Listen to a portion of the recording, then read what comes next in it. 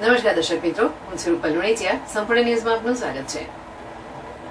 બનાસકાંઠા જિલ્લામાં વિવિધ મધ્યાહન ભોજન કેન્દ્રો ખાતે તુવેર દાળના જથ્થાની ગુણવત્તા બાબતે મીડિયામાં પ્રકાશિત અહેવાલોને ગંભીરતાથી ધ્યાને લેતા જિલ્લા કલેક્ટર વરુણકુમાર બરનવાલની સૂચનાને પગલે જિલ્લા પુરવઠા અધિકારી પીએમ પોષણ યોજના દ્વારા તારીખ 8 જુલાઈના રોજ દરેક તાલુકાના મધ્યાહન ભોજન કેન્દ્રો પરનો જથ્થો ભોજન બનાવવામાં ઉપયોગમાં નહીં લેવા તેમજ જથ્થો ખરાબ જણાય તો ગોડાઉન ખાતેથી તાત્કાલિક બદલાવી લેવાની સૂચના આપવામાં આવી હતી.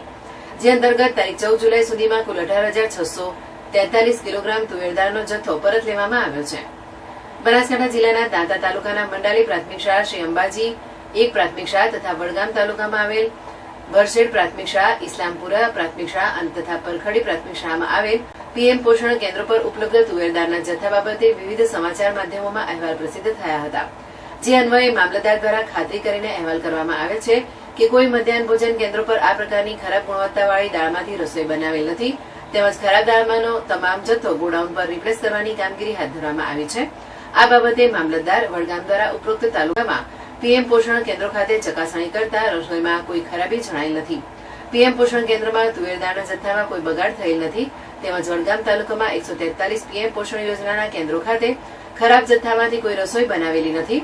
જિલ્લા પુરવઠા અધિકારી દ્વારા આ બાબતને ગંભીરતાથી લઈ જિલ્લાના તમામ મધ્યાહન ભોજન યોજના કેન્દ્રો પર દાળનો જથ્થો ખરાબ જણાય તો તાત્કાલિક બદલી આપવા સૂચના કરવામાં આવી છે.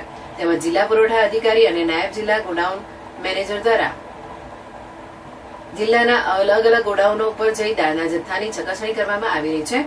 તારીખ 12મી જુલાઈના રોજ ગાંધીનગરની ગુજરાત રાજ્ય નાયબ પુરવઠા નિગમ લિમિટેડની વડી કચેરી ગાંધીનગરને અગમચેતીના પગલા તરીકે ખરાબ દાળનો જથ્થો તાત્કાલિક રિપ્લેસ કરવા માટે દસ્તાવેજ મોકલી આપવામાં આવ્યો છે, જેથી પીએમ પોષણ યોજના અંતર્ગત જિલ્લાના બાળકોને ગુણવત્તાયુક્ત ખોરાક મળી શકે.